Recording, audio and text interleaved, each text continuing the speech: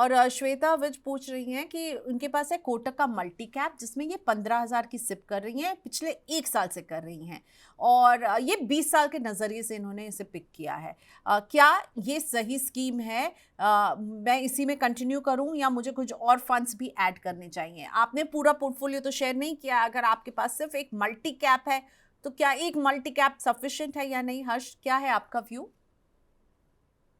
तो देखिए, multi cap अपने आप में बहुत अच्छी स्ट्रैटेजी है जिसमें आपको पूरे मार्केट का एक्सपोजर मिल जाता है। तो मल्टी कैप फंड का जो इन्वेस्टमेंट ऑब्जेक्टिव है या मैंडेट है, वो ये है कि आपको, जैसे 15,000 ये इन्वेस्ट कर रही है, इसका 25% मिनिमम लार्ज कैप में इन्वेस्ट होगा, मिनिमम 25% मिड कैप में और मिनिमम 25% स्मॉल कैप में।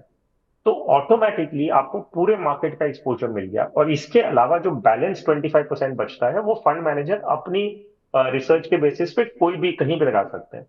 तो मिनिमम आपको 25% तीनों मार्केट सेगमेंट्स में एक्सपोजर मिल रहा है, तो पूरे मार्केट का एक्सपोजर आपको आपके एक ही स्कीम में आ गया। आते हैं कोटक पे। Kotak as a fund manager top fund managing में मैनेजमेंट कंपनीज में आता है, एएमसीज में। वो अच्छी एएमसीज में गिनी जाती है, और उनकी जो अगेन जो इन्वेस्टमेंट टीम है, रिसर्च टीम है, बहुत स्ट्रांग है, बहुत वास्ट एक्सपीरियंस है। तो I think you can most certainly have Kotak multi cap in your portfolio. और एक स्कीम अपने आप में भी ठीक है, ऐसा नहीं है कि एक स्कीम है तो प्रॉब्लम है। लेकिन अगर आप चाहें तो आप दूसरे फंड मैनेजर्स को अगर अपना पैसा डिवाइड करके देना चाह रही हैं, वो भी कर सकती है। तो उस रूप में क्या होगा कि मान लीजिए मल्टी कैप में आप 10,000 रुपए इन्वेस्ट करें, जो आपका large mid and small cap में आ गया।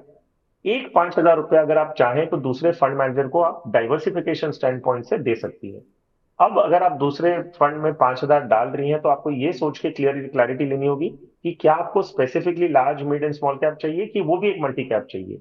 अगर आप चाहें तो दूसरा मल्टी कैप के रूप में भी ले सकती है। तो आपका ऑब्जेक्टिव क्या हो गया कि मुझे मल्टी कैप फंड में ही इन्वेस्ट करना है, लेकिन दो फंड मैनेजर्स की एक्सपर्टीज लेनी है।